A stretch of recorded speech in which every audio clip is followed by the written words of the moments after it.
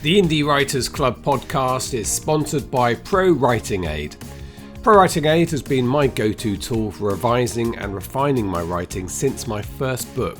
Built by writers for writers, it's more than just a grammar and spell checker. Pro Writing Aid helps you enhance your story's pacing, plot, characters, settings, and more. It can even provide on-demand developmental feedback on your entire manuscript with its new manuscript analysis and virtual beta reader tools.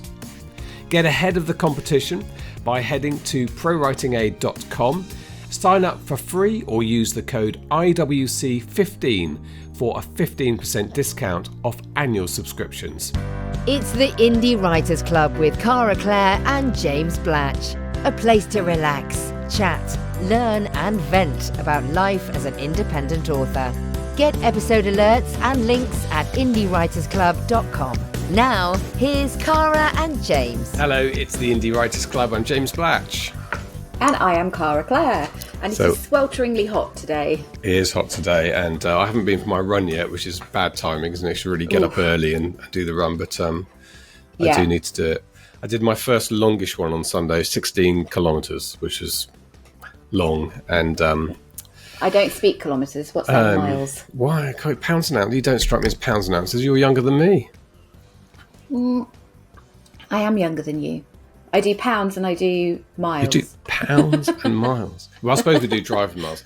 I don't know, 11 miles, something like that. Okay. 9 miles? No, 16 kilometres. I don't know. I work in kilometres. I see I'm modern. Whatever it is, I'm impressed. Yeah, thank you just for being impressed. Yeah, look, it is halfway through my half marathon training in miles. Look, I'm going to convert it for the audience. 9.9, 10 miles. Call that, shall we? Yes, and I'm already feeling sweaty at that prospect. Right, we've got a news episode, Cara Clare, haven't we? We have, yeah. Some more sort of gossip episode, maybe. Gossip. Some learning events have happened to other people that we're going to try and learn from. Learning events. I like that. I've had a learning event. That'd be a great sort of celebrity thing to say after a massive scandal. I'm energised by the learning event I've been through. That's a very PR thing to say, isn't it? Yeah. Yeah. Okay, so we are going to, I think, start perhaps with some catch up on the various works that we're doing, because I hit publish on the second edition, edition 2 of Dark Flight. So you'll know that I decided to rewrite my second book, and I finally got to the end of that. Went through the chapter by chapter proofing and copy, and using Pro Writing Aid, a bit of Claude, and that is now live. It's a lot longer. I think it was about 80,000 words. It's now 117,000 words. So quite long for a thriller. I've had to resize the print-on-demand cover. And so far, I have not had an email from Amazon saying this is a completely different book. Take it down. But I do wonder how long it takes for that to happen, because there's their bot crawl across it. Did you upload it as a new edition then? Yes, I updated the edition number. And it is the same book. And I think, I know what Amazon worry about. They always worry about the reader experience. Mm-hmm. And I think it's a worse reader experience to upload it as a new book, because I agree. There's a danger that people then read it twice and they'll think, oh, I've read this, even though it's a bit different. So having it as the edition 2 of the same book, I think, is the better way of doing it. So does it keep your reviews then from the first edition? Yeah. Okay. So I guess that's why Amazon would be concerned if you changed so much that the reviews then weren't relevant. Yes. Yeah, that is the other side of it. And of course, it's the reason that I like to keep the reviews, because, it's difficult to say what percentage. I imagine 75% of the book is the same. Okay. So 25% different. I don't know if they have rules. They probably do, but where they kick in, I don't know. But anyway, I then put it through Scribe Shadow for every possible language, and I've got that on my plate to do, to upload it to there. And then I'm going to have to think about the audio, which I think we're going to do an episode on audio soon, because I paid a narrator in the States to record it the first time. And I've always liked that method of doing it, of paying up front to a production company. You own everything. It's your decision whether you go exclusive with ACX or wide, as I was exclusive. I'm now wide and on Spotify. Spotify does well for me. So some decisions to make there, but a bit of investment. So I might just leave it for a bit and leave the old one. Yeah, we're going to talk about audio options and stuff next week, I think. So that'll be quite good timing to go through that and look at what the different things are that you can do when you're trying to do your audio. Yeah. And how are you? First of all, how's your foot now that your ski boot is off? The biggest news is I'm driving. Okay. I'm driving my car. It was dead because it had been sat on my driveway for 2 months, so I had to have a new battery. But I'm driving, which is a new battery. Yes. Yeah. Wow. Yeah. I mean, the car's 10 years old. Not just charging it. Well, we've had this with my son's car, so yeah. No, the AA came out and they said, no, sorry, it's dead. So, but I don't care because I'm driving, which sounds like it doesn't relate to writing, but it does, because I'm definitely a person who needs a change of scenery. Like usually I would go down to a cafe 2 or 3 times a week to sit and write and I would choose a different cafe every time because I just need a variety of settings. And I need to get out and take the dog for a walk and just do things in order to recharge my brain. And I haven't been able to do any of that, but now I can drive, at least, I can drive to a secure dog field and let the dog run around. And I can, start filling up my brain again with different things instead of just my house, the same 4 walls. Have you felt your sort of creative side stifled a bit by that? Yeah, I definitely have. I think because I'm a big person who I developed a lot of routines in terms of like doing my dog walk, doing my yoga, all that kind of stuff, which all kind of revolved around getting me in the right mindset for writing. And because all of that has just been completely out the window, and also, being in pain and trying to concentrate on that hasn't been easy either. But luckily, I've had the translations to keep me busy, and I've been really focusing on just getting this ghostwriting project done over the summer, because that's a kind of a different part of my brain. It is creative, but I'm not coming up with the ideas, so it's a level that I can cope with. So although it's not due until the end of November, I really want to get it finished by the end of the summer, and then the new school term, everything will kind of be like a fresh start, and I can dive back into my own stuff again. Yeah. Well, in one of the stories that we're about to talk about, there's some exciting ideas for different types of spicy romance coming up. We are going to start with, by the way, if anyone feels like reading, having heard so much about the machinations of my book, reading it and sending me some feedback and saying that doesn't really work, or that does work, or if it does work, leaving a review, that would be very helpful. But I don't want to exploit my position and having my own podcast to do that. Exploit it. There's got to be some benefits. But I haven't sent it out for beta readers. I sent it to PWA's beta reading. And it did we didn't talk about that. How did that go? And what was the difference between that and the manuscript critique? Yeah, quite different. So it's presented to you as basically feedback from humans. And this is what I liked about your book. These are the moments I won't forget. These are the moments I didn't really understand, and this is what I didn't really get. It's basically worded like that. So it's not as technically detailed as the manuscript critique, I think, is the main tool for helping us with revisions.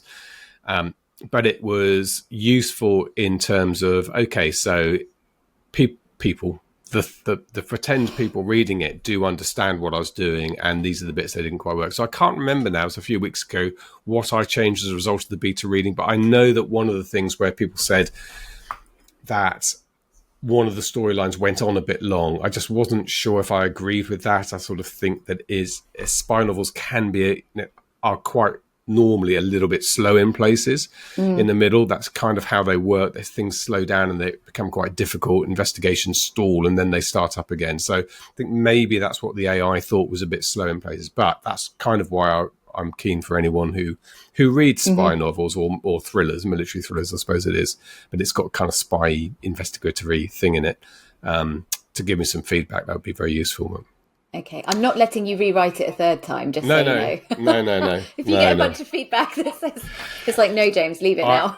I think if people come back and say, oh, no, this really doesn't work, I'd just go back to the original and that experiment will be over. But I think it's better. And my first black character that I've properly written, I think I've probably had... Did I have black characters before? Yes, I've had Middle Eastern characters who were indigenous to the area the RAF are operating in my novella. which was well researched. But this is writing a black character from the 1960s. And again, you write that slightly nervously, but I've had quite a bit of feedback from people whilst I was writing it. So hopefully that'll be okay. Okay, so we're going to move on to some tidbits. Yeah, we are. Is it tidbits or titbits? I don't know. I'm not sure. I mean, titbits is a much better word, isn't it, right? I'm sure there was a Titbits magazine. Write into us, everybody, and tell us which one it is. But that, talking about reader feedback, kind of ties in really nicely to the first thing that we were going to talk about. And I don't think you'll be aware of this if you're not on Book Talk, and specifically kind of in the fantasy, romantasy, that sort of side of Book Talk. And I want to say before we start, though, this isn't an exercise in criticising this author, because she's quite young. Audra Winters is her name. And so basically, she's been writing this book since she was 12. And actually, you know what? Can we pause for a second? Because I want to check that I haven't got her pronouns wrong. Yeah. So the first thing that we're going to talk about kind of ties in quite nicely with that feedback. And I want to make the point before we start that when this isn't kind of a let's all say that this author did a terrible job, because they're quite young. They're only in their early 20s and started writing this book. The book is called The Age of Scorpius. And they started writing it when they were about 12 years old. So part of their marketing campaign, and it was a big kind of successful marketing campaign, was talking about the fact that they've been working on this book for 10 years. And it wasn't kind of marketing in terms of, slideshows or hooks and things like that. It was really mainly sharing their personal journey and getting people really invested in that and in the book being a success. And I think what's caused the controversy is how professional that all was and how professionally it was packaged, and just everything was being done, as indie authors, as we would expect it to be. We would be like, yes, this is fantastic, it's on point. So they got about 6,000 pre-orders for this book, and I think then probably another 2,000 for special edition print copies, and everyone thought this was going to be the absolute next biggest thing to completely blow up. And the book was then published, and unfortunately, readers did not like it.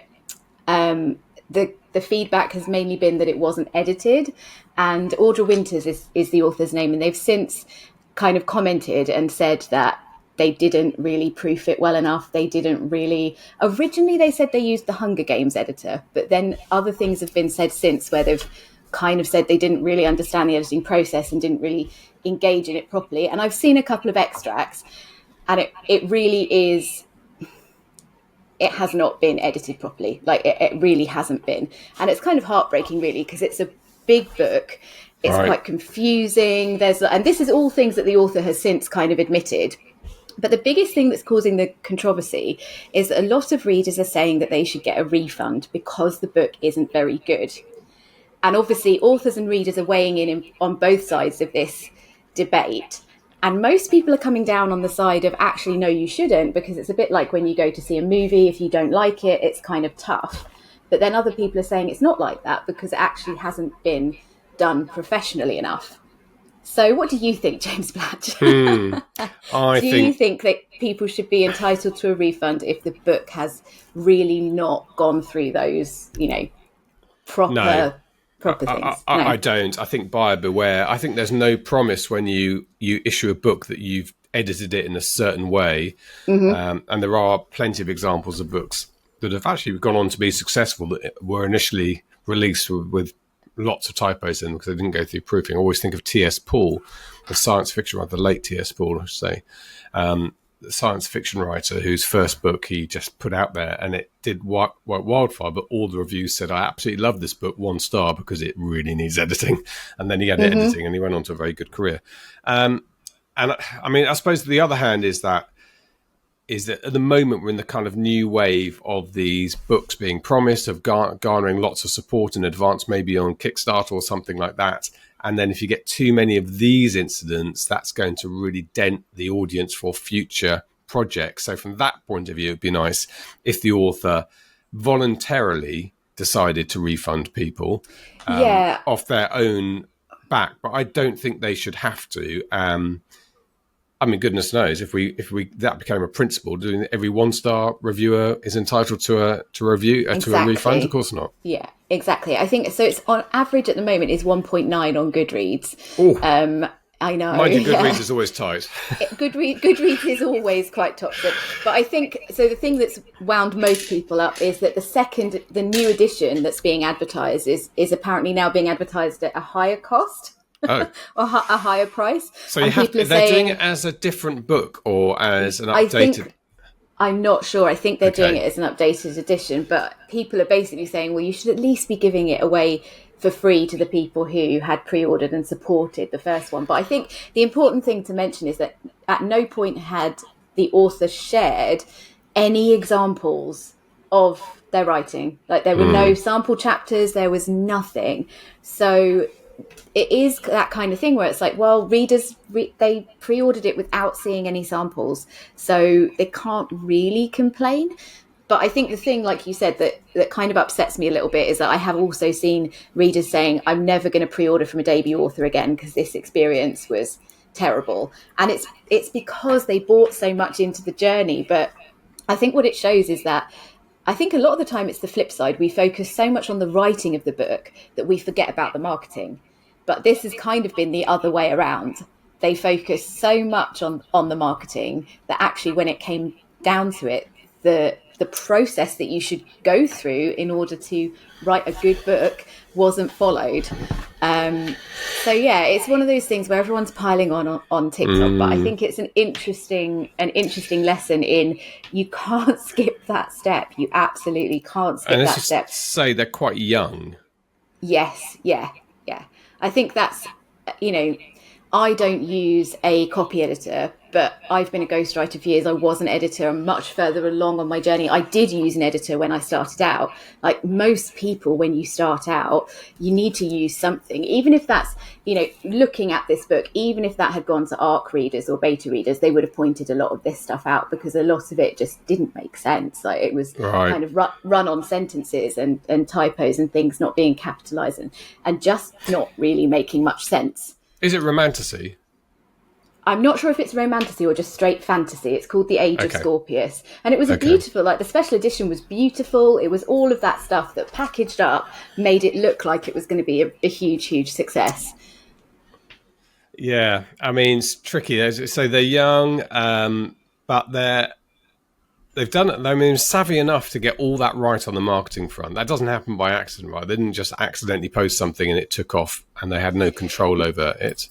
No, that was the thing. It was one of those things where it was literally from sharing their journey and sharing their passion for the story. So I think that's what makes it kind of more disappointing, and just I kind of feel gutted for them, to be honest, because I just feel like, God, if you were on that much of a high, you've got 6,000 pre-orders of your debut novel and you think this is going to be amazing, and then the first reviews start to come in and it's like, oh God, this has actually really missed the mark and it's terrible. So it's almost like they didn't even give it to a single author friend to read.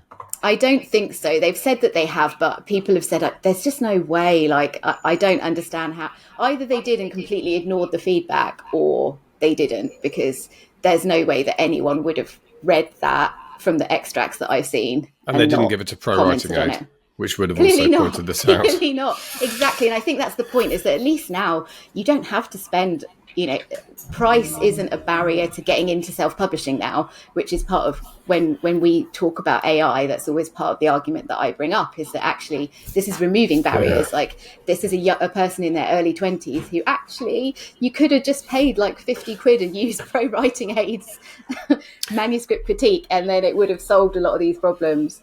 Do you know what, though? Do you think they'll probably end up selling more books just because of the controversy? Just because people now want to see, it's a bit like a car crash. People will sort of slow down to look at it and perhaps buy a copy or go into KU and start reading it. I mean, do you say the new version's out now or not?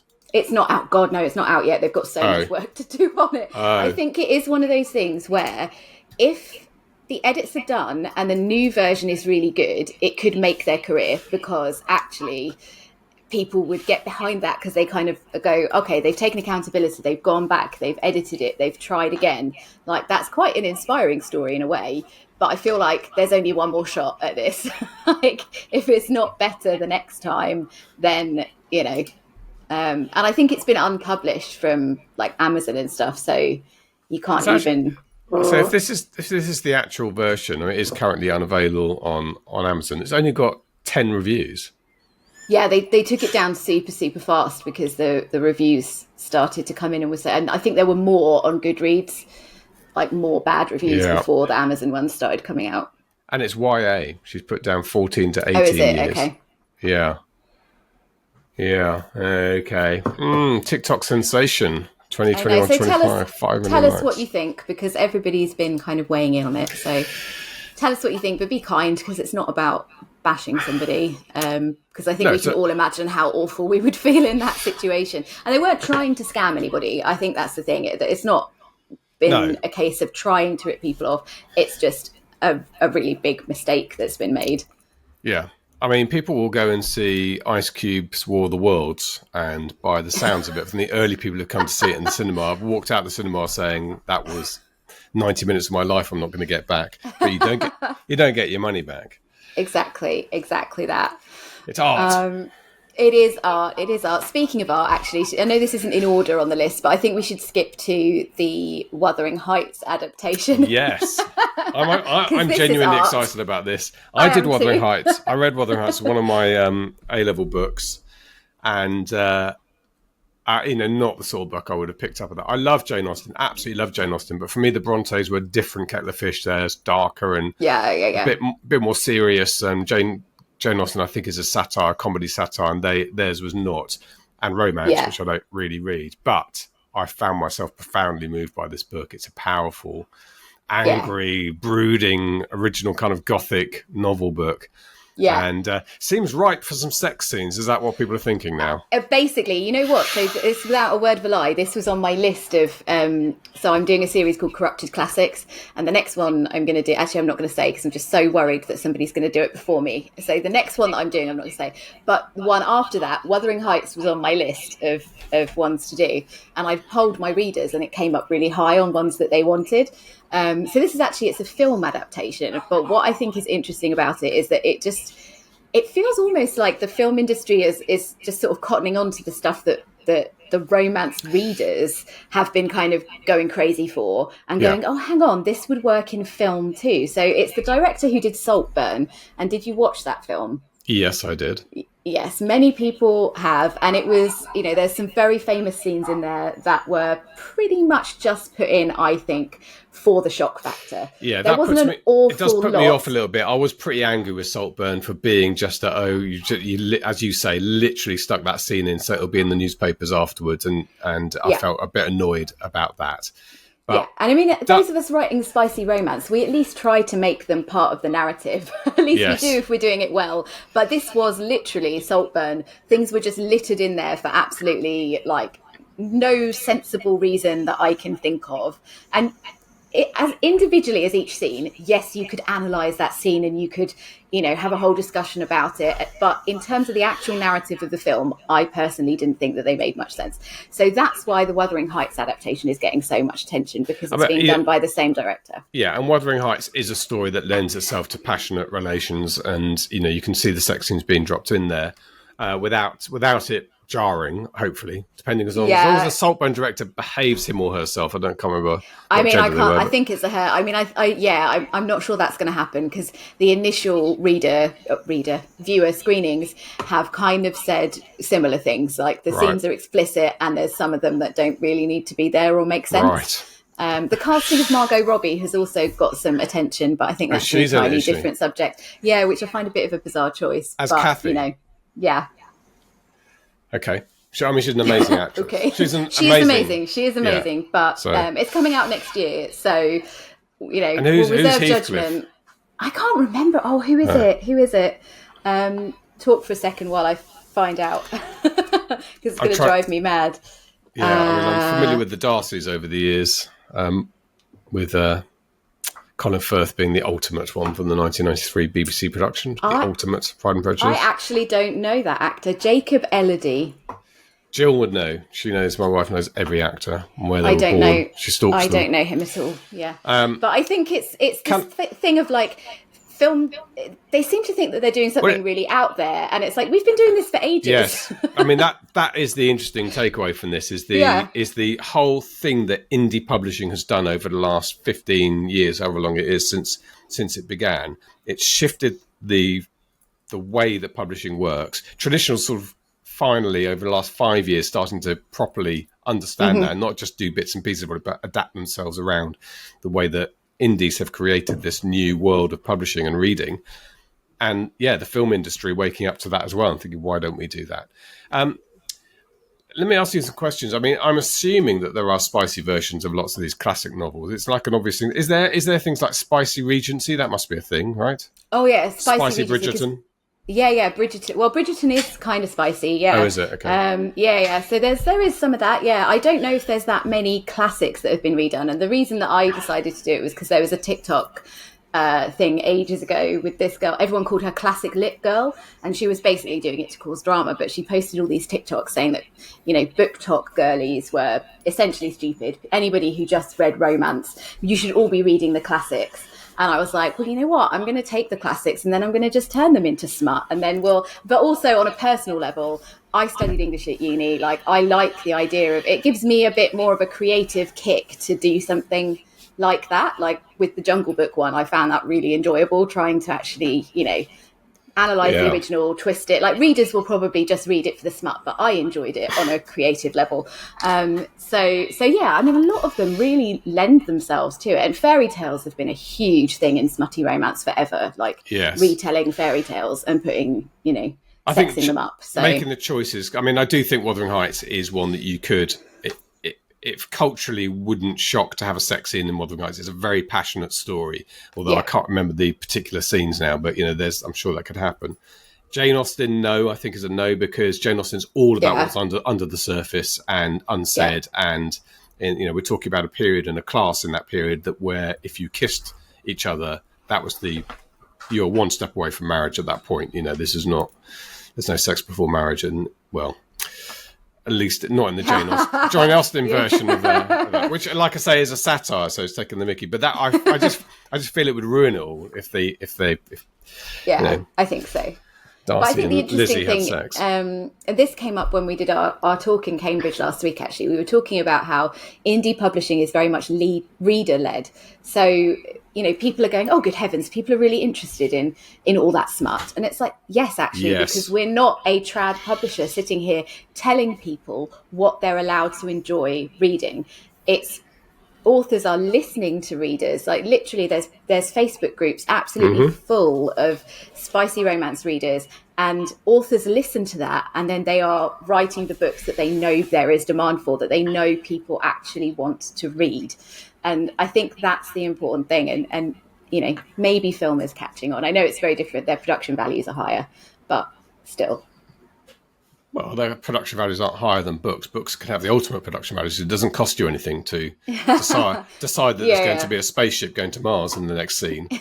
I mean, if you're a script writer, you probably write a much more prosaic book because you're thinking in the back of your mind, this might get made into a film one day, and they're not going to make a film if I suddenly go to Mars because they can't afford it. Yeah, although that's interesting, and we should talk about this on another episode, because I was reading a really interesting article from a film director who was talking about AI and saying they didn't think that AI was going to ruin the film industry. It's actually going to mean that more films get made, because they will look at a script and they'll go, actually, we can make this because we can use AI for that one scene that would have previously cost us millions to make and would have meant, no, we're not going to do that. So it was really interesting. We should talk about that on another episode, I think. Yeah. And on that note, there was a news story this week that Grok, the X-based AI from Elon Musk, is allowing people to, as a spicy mode added to the videos.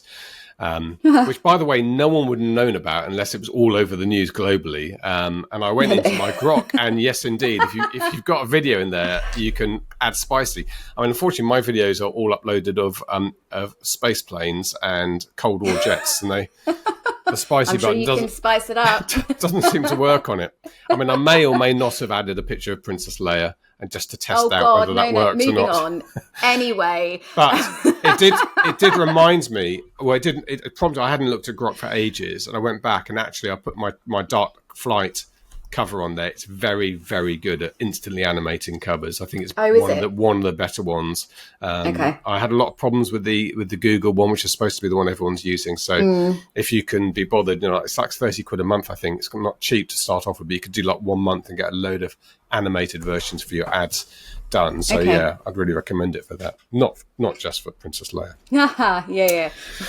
Anyway, talking of spicy things. Spicy. We're moving on from Cold War jets, are we? Back to spice. Yeah, we are. Back to spice. Because the first independent romance store in the UK opened in London in July. And I think this is super exciting. Like, really, really I hope exciting. they've got your books in there. They haven't yet, no. Well, they should have.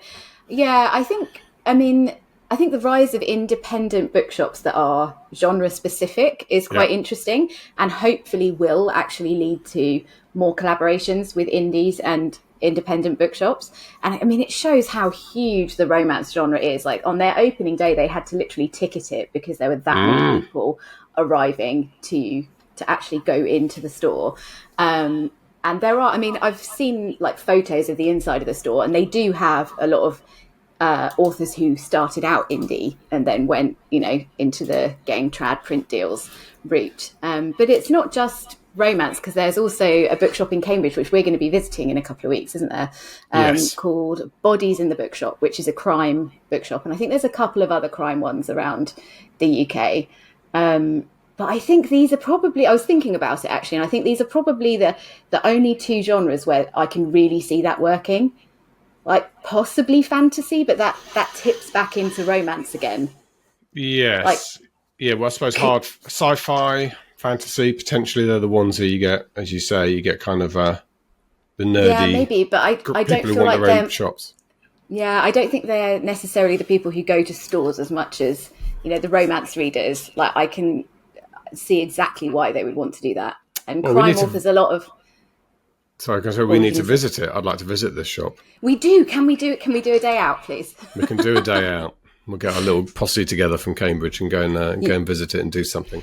So we've got the Cambridge one coming up soon, which is thrillers, and I think spy is kind of their thing, isn't it? But thrillers as well. So they're called Bodies in the Bookshop, and crime. Apparently It's a crime. Yeah, it's crime, and apparently they are very keen to do stuff with indie authors. So, and they do events and stuff. They opened last year in Cambridge, but we're going to go in there and have a chat with them. And there's a couple of crime authors in our group who hopefully, I mean, I know a couple of people when we were on the writing retreat at Madingley went in there, didn't they? They took a little day trip out there and spoke to the guys, and they said they were going to stock one of the author's books just from going and having that chat. So I think in general, independent bookstores are, especially new ones like this, like there are some of the older independent ones near me, Cambridge, Ely Way, who are very stuck in their ways. They've been there for years. They've got no interest in doing anything with indies. But some of the new ones that are cropping up, like they really do actually seem keen to be talking to authors and understand the value that we have. So it's taken a long time, isn't it? But it's taken a long time. That idea of indie being cool, which happens in other industries like music, for instance, and film, is finally sort of happening in books, where people realise that this. And we've had one big hit after another out of indie. I mentioned Frida McFadden I'm reading now, came out of indie, and huge global sellers, and Sarah J. Maas and Onyx Storm, or whatever. Yaros, wasn't it? Rebecca Yaros. Yeah, I mean, one after another, that's finally just forcing the rest of the industry to think, hey, this is quite cool. These books are quite cool. Rather than standards, rather than them not being written properly. Quality. But speaking of bookshops, though, the other thing that I found really interesting this week, and actually my mum sent me this article, Waterstones, I didn't even know they did this. I think it's the big Waterstones store in London, have a book festival event thing every year. And apparently, for some reason, this year's was utter chaos. And I read the article and I thought they need to give James Blatt a call Yeah. and talk to him about how to run an event, because I think the idea behind the event is that authors go, it's a chance for authors to meet readers. I mean, it's a lot like the indie events that we go to. There's Rare in London, which is all about authors meeting their readers and signing and doing special editions and all that kind of stuff. So that's the theory behind it. But apparently it was just, there was no staff in sight anywhere. And this was from an article on the BBC and reader feedback from people who attended, just saying it was complete chaos. Too many people you weren't able to get to see the people that you wanted to see. And it was all just a terrible experience, which is a real shame. Yes, it is. I mean, I did read it and think probably what's happened is that they just completely underestimated the interest level. So if you've got a higher than average trickle through the store all day because you've got this on, a bit like having quiz night in the pub, numbers go up a little bit because you've done that, then that's what they were probably expecting. In actual fact, unbeknown to them, 10,000 people had quietly put the date in their diary and think, oh, I really want to take part in this, and things take off sometimes. So that's all I can think is that's what happens. And then, suddenly there was a queue out the door, and some of the pictures posted on in that article do not look much fun. Yeah, it's just surprising that they didn't ticket it, because, I think they might do in the future. Books are quite a big thing now. I love that there are so many reader events. Like there's another, there was a romance festival this year, romance book festival. And I was like, I really need to go to that next year. And there's been so many more smaller book signings, smaller, queer events, all sorts of things popping up. And I absolutely love that. There's even a fantasy book ball in Manchester I think it's in October. And on the Saturday night, you're supposed to go literally dressed up as fairies and whatever. And there's guys wearing the big fairy wings and the girls in ball gowns. And there's a literal fantasy ball on the Saturday night. And then the Sunday is a reader book signing. So all the authors stay, have their table, do their signings and meet the readers who they were at the ball with the night before. And these things are selling out. And I just don't think any of this would have happened if it wasn't for indies. I'm taking all the credit. Yeah, no, I think you're right. But at the same time, I do remember reading at least one of those types of events where there was a ball and a reader event that was very, very badly organised again. And there's photographs of people dressed up in their sort of fairy tale outfits in an empty conference room, thinking, oh, is this the ball? You have to, basically, you've got to deliver. You've got to organise something, you've got to deliver. I mean, adding a reader event is not inconceivable for us on SPS Live in the future, but it's something I would do. There's trepidation about doing that. If you're going to do it, you do it right, and you get the publicity out there. So, from our point of view, if we did organise something like that, you have to guarantee the readers.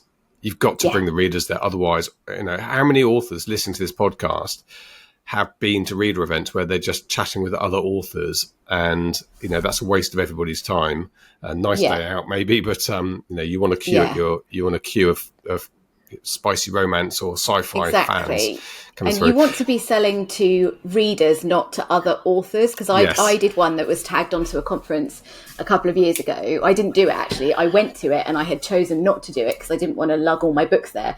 And I was really glad that I hadn't done it, because it was mainly authors wandering around, and it's that's lovely, but you're going to make the money back maybe from the stock that you've taken. But for me, the value in doing reader events is meeting your fans, meeting new potential fans, and forming a relationship where once they've met you in person, they're going to become your super fans. That's where the value is in these events. It's not from literally just the monetary value of selling your books at them.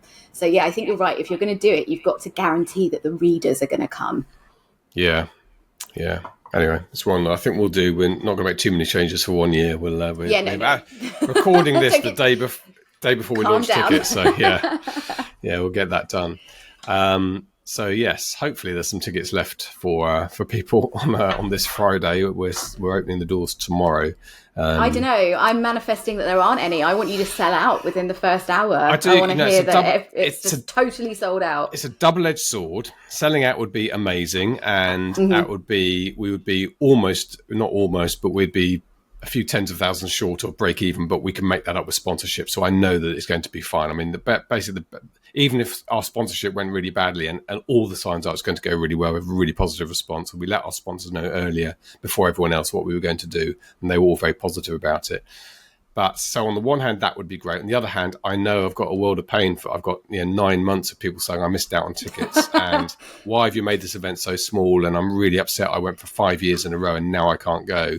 We're going to get that. And that's, it's really hard. But, be on the mailing list, get there, get the tickets. It's not like you're doing a dynamic pricing situation, is it? You're just... Now you're talking. Let's do an Oasis. There we go. Next year. Although they might start changing hands on the black market for that. They might do. Okay, shall we end with one kind of scammy related thing, which I just thought was I actually noticed this myself. So I don't know if it's Temu or Temu. It's the kind of homewares version of Shein, and it's the Chinese app where you can get everything super, super, super cheap. And I actually had noticed just from browsing on there that there was a couple of book related things cropping up, and it didn't really twig in my head until I saw this particular cover designer saying that basically whoever the person is that's selling on Temu had been stealing their artwork and putting it onto literally everything you could imagine: towels, shower curtains, posters, mouse mats, and the designer's name is Michaela Alsano, something like that. And she's done some of the most beautiful trad covers from the last probably 18 months. They are absolutely stunning. And yeah, they've been essentially stolen and were being sold on all sorts of different products. But they have actually removed them, which was the most shocking thing to me, because I didn't actually think that they would do anything about it. But it's only taken a couple of weeks, and they've Temu have removed all the products that were violating her copyright. But just more from a if you see things like that, just don't buy them. Yes. Because it's really just it's icky and it's not fair on the designer. Yeah, and it's the downside of being in the digital business, and Temu, whatever, is a huge organization. I don't know much about it, but I'm 100% certain this just happens and that they catch up with it afterwards, because it's user generated, isn't it? People create listings. And it probably happens with all sorts of other artists and artworks as well. But it was that this was so obvious because it was literally a book cover put onto a shower curtain, and it still had the title and everything on it. And it was like, what on earth? But they took it down, which was surprising to me. Gives me an idea for some merch. You can put anything on anything these days. Yes, you can. The good thing is they took it down, as you rightly say, because we are always going to have people ripping us off. We're always going to have. In the digital world, it's too easy. In fact, probably in the Victorian days, you still found people got a printing press and a copy of things, whatever, and they ripped it off. But it happens easily. They're pirate sites, and I get an email once a week from someone who says, "Oh my God, I've discovered my book. What do you do? How do you do?" And I say, basically don't worry about it, because the pirate site you're talking about is buried. It's on the dark web or on the grey web. You've got to go and find it. It's taken out of Google searches. The people who are going there made that effort to find it are never going to be buying your book. So it doesn't really matter.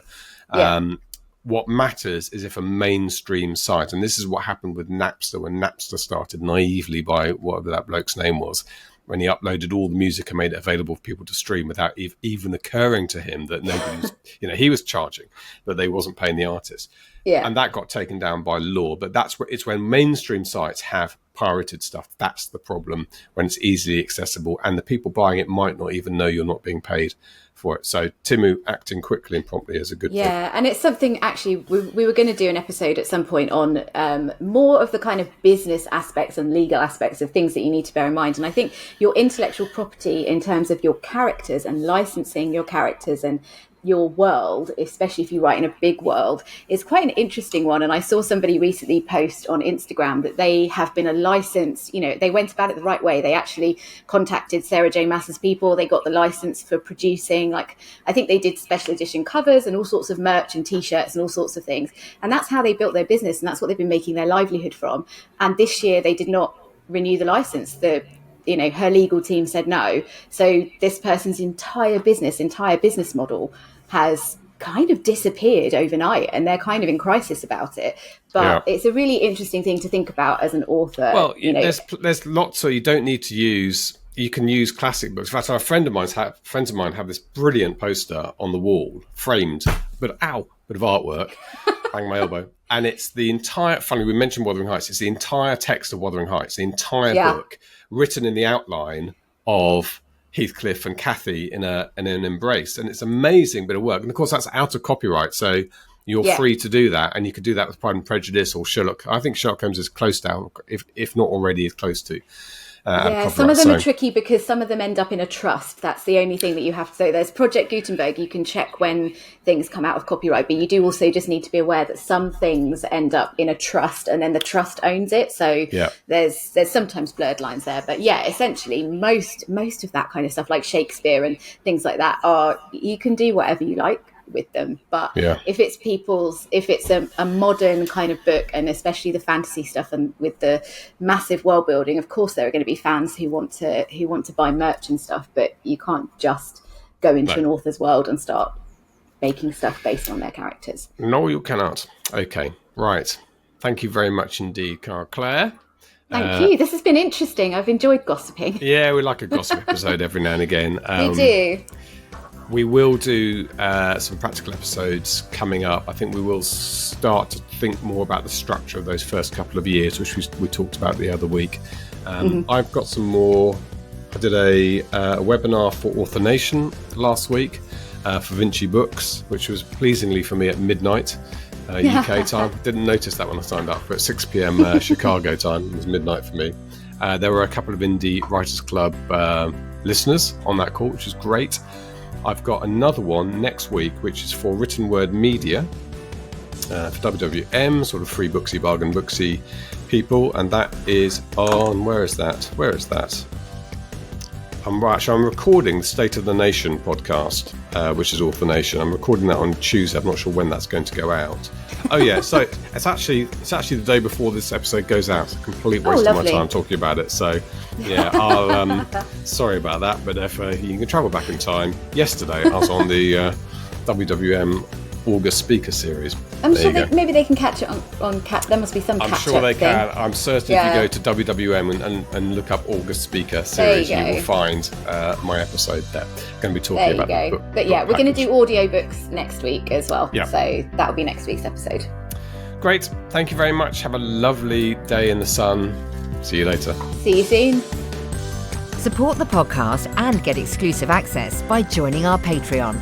From just $1 an episode, you'll be invited to our Discord server, where the weekly discussion continues every day. And our 2 top tiers include a monthly live Q&A with James and Cara. Head to indiewritersclub.com/support. Thank you for listening, and don't forget to subscribe, like, and share. We'll see you next Friday. The Indie Writers Club podcast is sponsored by Pro Writing Aid. Built by writers for writers, Pro Writing Aid doesn't just check spelling and grammar. It helps you enhance your story's pacing, plot, characters, settings, and more. Now it can even provide on-demand developmental feedback on your entire manuscript with its manuscript analysis and virtual beta reader tools. Give your writing a competitive advantage by heading to prowritingaid.com. You can also sign up for free or use the code IWC15 for a 15% discount off annual subscriptions.